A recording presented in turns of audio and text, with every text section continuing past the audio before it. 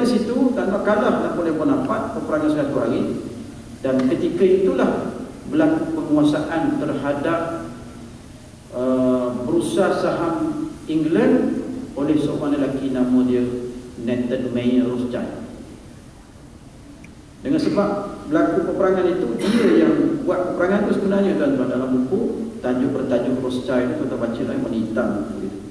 Jadi tuan-tuan, dia ni pada pagi di mana semalamnya tu kalah Napoleon Bonaparte, dia telah berjaya membeli saham di bursa saham England dengan harga 5 juta pound sterling. Dia menguasai banyak tuan-tuan ketika itu dengan sebab perang. Selepas daripada peristiwa itu tuan-tuan, berlakulah perluasan Yahudi ke dunia. Yahudi mula bertebaran ke dunia tuan-tuan. Sebab Nathan Mayer Rothschild itu anak kepada Lord Rothschild tuan-tuan. Dia ada 5 orang anak dia. Dan yang ini ni anak sulung dia merupakan orang yang sangat bijak dalam keuangan. Dia ada bank, sebab tu dia jadi Governor Bank of England tuan-tuan. Itu sekitar 900 hingga 1900. Kenapa saya fokus Rothschild tu? Kerana dia lah yang dikatakan manusia yang dididik oleh Dajjal untuk proses penerimaan Dajjal atau pelantikan Dajjal pada tahun yang ketiga tadi. Yang nombor 3 tadi. Pada tahun 2001 hingga 2021 atau 2022. Di situ tuan-tuan. Tahun pertama ni tuan-tuan, 900 hingga 1900. Pusat gerakan Dajjal ini berpusat di England. Manakala 1917 hingga 2001 berpusat di Amerika. Daripada 2001 dia dipisahkan. Pada 2001 berlaku satu peristiwa besar di situ. Peristiwa apa peristiwa? 11 September tuan-tuan 2001 ya? Itulah dia pemutus kepada peranan Amerika. Maka selepas itu pusat Dajjal berpindah ke Tel Aviv daripada 2001 hinggalah 2021 atau 2023. Sekarang ni pusat dia itu berpindah ke Tel Aviv sekarang. Itu menurut Ibnu Yaqub. Tuan-tuan, kajian itu sangat luas.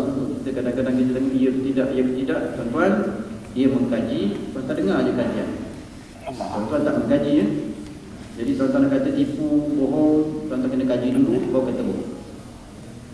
Tuan-tuan, dia kaji sampai ke peringkat dia kaji bagaimana seorang perempuan, nama dia tak ingat nama tuan-tuan, dia tak tidak baca dah, apa tak ingat nama.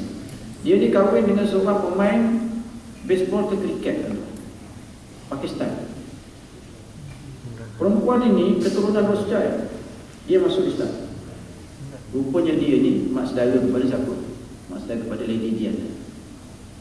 Sebab itu Lady Diana selepas dia cerai dengan Prince Charles tuan-tuan, dia berbaik dengan seorang nama Dodi Al-Fayed. Dan dia oleh kerana pengaruh daripada mak saudara dia tu yang Islam tu, dia mungkin masuk Islam. Jadi Ibnu Yaqub kata apa? Inilah konspirasi yang berlaku. Rothschild telah bunuh Lady Diana dengan pasangan dia tu di dalam terowong Mahal ke Perancis tuan-tuan. Itu sebenarnya yang telah dibongkar oleh Ibnu Yaqub. Daripada yang kita kata tadi tuan-tuan, tahun-tahun. Kenapa Rothschild itu sangat penting dalam sejarah ni tuan-tuan? Kerana dia lah anak didik Dajjal yang akan memainkan peranan untuk menerima kedatangan Dajjal pada jangkaan tahunnya 2023 atau 2021. Macam tu. Kan dulu saya dah bentang pada tuan-tuan, umur Mahdi tu berapa? Tak ingat dah. Kalau ambil periksa memang tak perlu. Kan kita dah bincang dulu. Saya bincang ini tanda munafik. Jadi saya campur lah dengan itu sikit tuan-tuan. Kita dah bincang dulu bahawa tanda umur Imam Mahdi itu 22 tahun. Campur dengan 13 jadi 40. Sebab dia akan dilantik menjadi Mahdi umur 40. Sekarang umur 27 tahun, jadi 13 tahun lagi. 13 tahun tuan-tuan, dekat-dekat dengan 2023 tu. Sebab apa? Sebab 13 tahun lagi tu maknanya bukan dengan kiraan tarikh pukul 12 mula hari, tapi mula maghrib. Jadi ditolak 2 minggu, tolak 2 minggu, tolak 2 minggu. Mahdi datang sekitar 2021 atau 2023 lah. Peringkat yang ketiga tadi tu. Peringkat yang ketiga tu tuan-tuan. Peringkat yang kedua itu tuan-tuan, peranan Dajjal ini melahirkan peperangan Perang Dunia Pertama, Perang Dunia Kedua. Perang Dunia Pertama, Perang Dunia Kedua sekitar tahun 1917 hingga ke 2001. Di situ tuan-tuan, Rothschild berperanan untuk mengembalikan tanah Palestin kepada Inggeris, ataupun secara jelas kepada Yahudi semula. 1917, caranya pun dia kena hancurkan Kerajaan Uthmaniyah. 1924 masuklah 1917 hingga 2001. Apa lagi yang berlaku tuan-tuan? Setiap kali datang 11 September tu, apa lagi berlaku? Banyak peristiwa berlaku pada tarikh tersebut. Sehingga 2001 pemutus dia tu tuan-tuan, finishing dia tu.